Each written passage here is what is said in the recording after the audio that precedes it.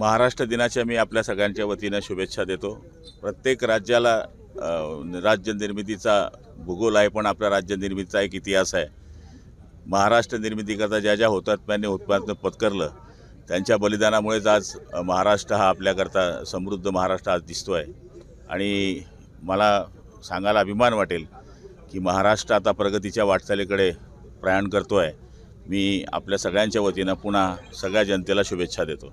भाऊ, आपण आपल्या भाषणामध्ये घरकुल महाराष्ट्रात लवकरात लवकर सर्वांना घरकुल मिळेल अशी देखील घोषणा केली। पाणी पुरवठा योजनांबद्दल देखील राज्यामधला विषय न मांडता जिल्ह्यातलाच विषय आपण मांडलेला आहे। जवळपास 1 लाखाच्या वरती जे उद्दिष्ट होतं ते आपण पूर्ण केलं। यावर्षीसुद्धा आपण 25,000च्या वरती उद्दिष्ट ठेवलेलं आहे आणि ते पण आपण पूर्ण करणार, जेणेकरून जळगाव जिल्ह्यामध्ये किंवा महाराष्ट्रामध्ये जे पंतप्रधान आणि राज्याचे मुख्यमंत्री उपमुख्यमंत्र्यांचं स्वप्न आहे की बिना निवाऱ्याचं कोणी राहता कामा नये, ते आम्ही जळगाव जिल्हा ते उद्दिष्ट पूर्ण करणार आहोत।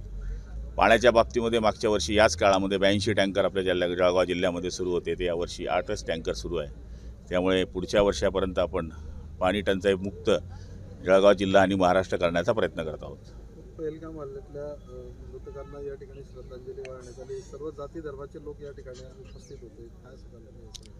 निश्चितपणाने आपला देश हा सर्व जाती धर्मांनी नटलेला देश आहे आणि ज्यावेळेस आपल्या देशावर हल्ला होतो त्यावेळेस सगळ्या गोष्टी विसरून आपला देश एकत्र होत असतो आणि ती झालेली घटना आहे ती किती क्रूर आणि निंदनीय आहे हे सगळ्या देशांनी पाहिलेलं आहे।